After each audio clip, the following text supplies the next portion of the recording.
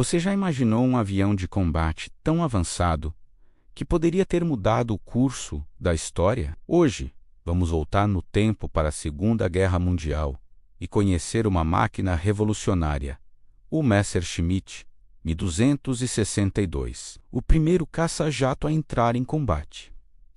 Esta não é apenas a história de um avião, é a história de uma inovação tecnológica que chegou tarde demais para um lado e cedo demais para o outro, definindo o futuro da aviação militar. Para entender a importância do Me-262, precisamos primeiro olhar para o céu da Europa nos anos 40. A guerra aérea era dominada por aviões a hélice, como o Spitfire britânico e o P-51 Mustang americano. Eram máquinas incríveis, o auge da tecnologia de pistão e hélice. Os combates eram intensos, com pilotos habilidosos travando batalhas a velocidades que hoje nos parecem modestas, algo em torno de 600 a 700 km por hora. Nesse cenário, qualquer vantagem de velocidade, altitude ou poder de fogo poderia significar a diferença entre a vida e a morte.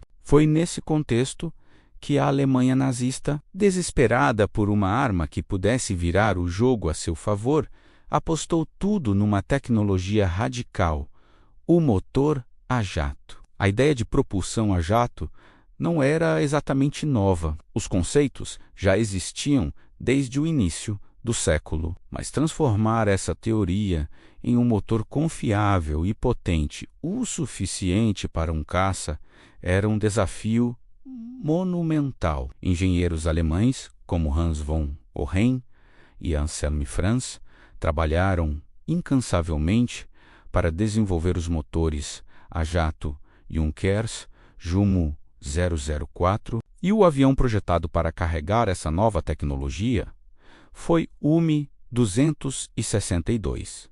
Quando o Me-262 apareceu nos céus em meados de 1944, foi um choque absoluto para os pilotos aliados. Imagine você pilotando seu P-51 Mustang, o rei dos céus, e de repente algo passa por você como se estivesse parado. O Me-262, apelidado de Schwalbe ou Andorinha, era capaz de atingir velocidades superiores a 870 km por hora. Isso era cerca de 150 a 200 km por hora mais rápido que qualquer caça aliado da época. Era uma vantagem de velocidade esmagadora. Um piloto aliado que encontrava um Me-262 descreveria a experiência como assustadora. Eles não conseguiam acompanhar, não conseguiam perseguir e mal conseguiam mirar. O jato alemão podia simplesmente acelerar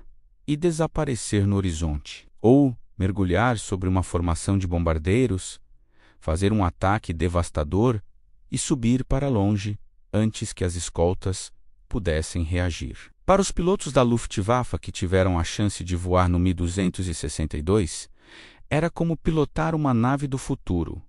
E o poder de fogo? O Me-262 era igualmente impressionante. Ele era armado com 4 canhões de 30 mm no nariz. Para dar uma ideia, a maioria dos caças da época usava metralhadoras de calibre 50 ou canhões de 20 mm. Então, com um avião tão superior, por que ele não mudou o resultado da guerra? Aqui é onde a história do Me-262 se torna complexa e fascinante. Vários fatores se combinaram para limitar seu impacto. O primeiro, e mais crucial, foi o timing. O desenvolvimento do avião foi atormentado por atrasos. Os motores a jato eram a principal dor de cabeça. Eram pouco confiáveis. Tinham uma vida útil extremamente curta, às vezes durando apenas 10 ou 20 horas de voo, antes de precisarem de uma revisão completa ou substituição. Eles também eram muito sensíveis ao manuseio do acelerador. Se um piloto acelerasse ou desacelerasse muito rápido, o motor poderia simplesmente apagar ou, pior, pegar fogo. Além dos problemas técnicos, houve uma interferência política desastrosa. Adolf Hitler, obcecado com a ideia de armas de retaliação, insistiu que o Mi-262 fosse desenvolvido não como um caça puro, um interceptador para defender o espaço aéreo alemão, mas como um Blitzbomber, um coca-bombardeiro rápido. Isso exigiu modificações no projeto que o tornaram mais pesado, menos manobrável e atrasaram ainda mais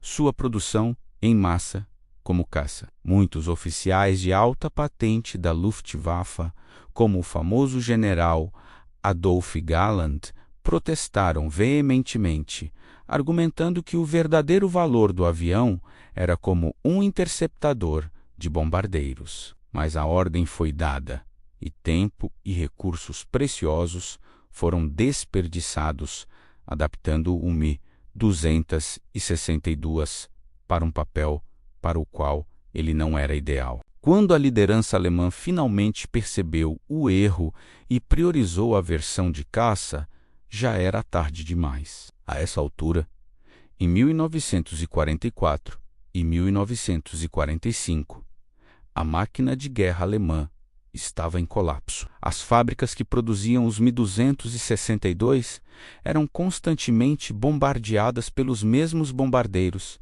que o avião deveria destruir. Havia uma escassez crítica de materiais estratégicos, como ligas metálicas resistentes ao calor, essenciais para os motores a jato. Faltava combustível de aviação e, talvez, o mais importante, faltavam pilotos experientes. Treinar um piloto para voar em um avião a hélice já era um desafio. Treinar um piloto para dominar um jato, com suas características de voo completamente diferentes, era ainda mais difícil. Os pilotos alemães que recebiam os Mi-262 eram muitas vezes jovens com poucas horas de voo, jogados na batalha contra veteranos aliados. Eles tinham que lidar com um avião que era vulnerável durante a decolagem e o pouso, quando suas velocidades eram baixas e os motores lentos para responder. Os pilotos aliados rapidamente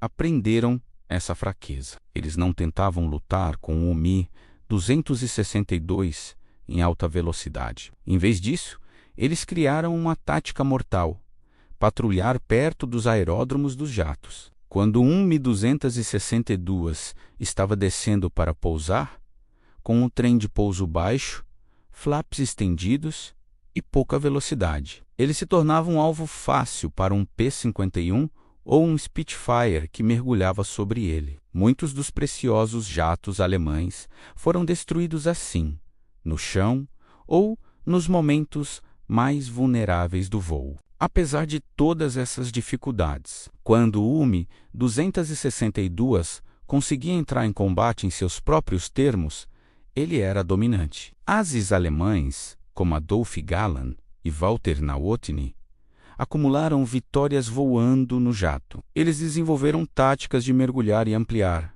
usando a velocidade superior do Mi-262 para atacar e escapar antes que o inimigo pudesse reagir. Em suas mãos, o Mi-262 provou que a era do jato havia chegado. No total, cerca de 1.400 Mi-262 foram produzidos, mas apenas uma fração deles, talvez uns 300, chegou a ver combate real. Eles conseguiram abater cerca de 540 aviões aliados, um número impressionante, mas perderam cerca de 100 de seus próprios jatos em combate. No grande esquema da guerra, com milhares de aviões envolvidos todos os dias, o impacto do Mi-262 foi estatisticamente pequeno. Não foi suficiente para deter a maré avassaladora da Força Aérea Aliada. Mas o legado do Mi-262 vai muito além de suas estatísticas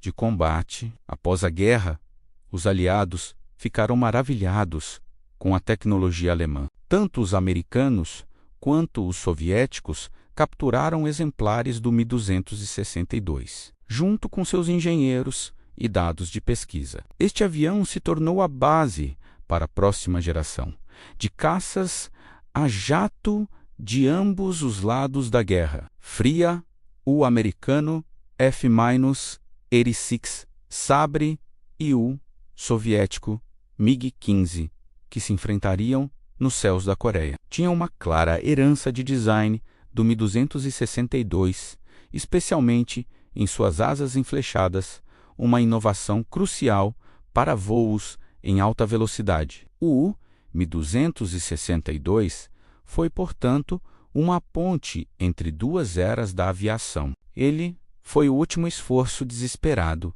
de uma nação em colapso e o primeiro vislumbre do futuro do combate aéreo. Foi uma arma revolucionária que chegou tarde demais para vencer a guerra, mas há tempo de reescrever as regras do céu para sempre. A história do Messerschmitt Mi-262 nos ensina uma lição importante.